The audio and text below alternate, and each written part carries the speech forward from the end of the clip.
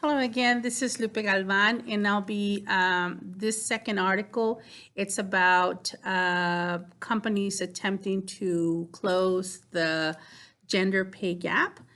Um, so, for the most part, when we hear that males are still getting paid a little bit more than females when doing the same job, well, the first idea is that well, just pay equal, right? I mean, just if he's making 10% more, just give her 10% more. Um, but of course, that's not as easy as it sounds. So the gender pay equity has been a hot topic for a while now, and it affects all different type of industries. And I don't know if you guys remember, but a couple of years ago, we heard big names in Hollywood that male actors were still getting paid much more than women actors. So it has come to the high profile lawsuits and targeting major employers has become a norm, unfortunately. And as I was saying, I thought it was just so simple just to say, okay, well, just pay the same to both. But no, it's a little bit more complicated than that. Um, just think about it. I don't want to be in their shoes, but companies. So the author went into, and their foundings were that these companies are trying. They're really looking into getting this gap closed. But it seems that every time they get closer to close it or to get there, something else comes out. And one of the researcher found that closing this gap sometimes it could be very expensive. And of course, how focusing on cost creates more problems than solutions. So the approach was recommended that uh,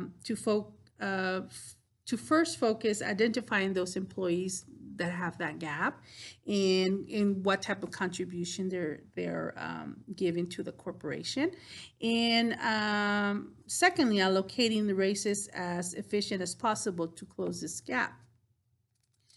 Uh, Actually, and of course, you have to work really close with HR so no other legal issues come across. So, in like any process, there's pitfalls, and the author goes in stating that a lot of times it's kind of not doesn't make sense, but it does make sense apparently. Sometimes, in order to get that gap closed, some male get increase their salary, and so they can look into being equal, which doesn't make sense to me. But according to the article, um, it does. So again, it's not an easy just like give everybody a raise. And even it says there's a part, and I'm gonna paraphrase here, in the mathematical reasons for this are complex, but the intuition of straightforward. In nearly every workforce, there will be gender patterns in terms of what jobs and qualifications women and men tend to have.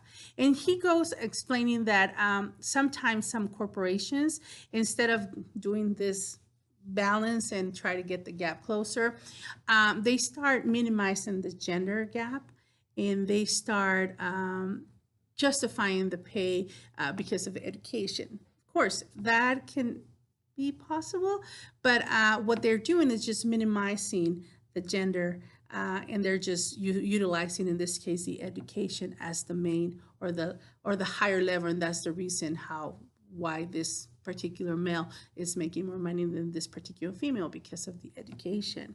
So um, I think what I take out of this article is that regardless, the gender gap is um,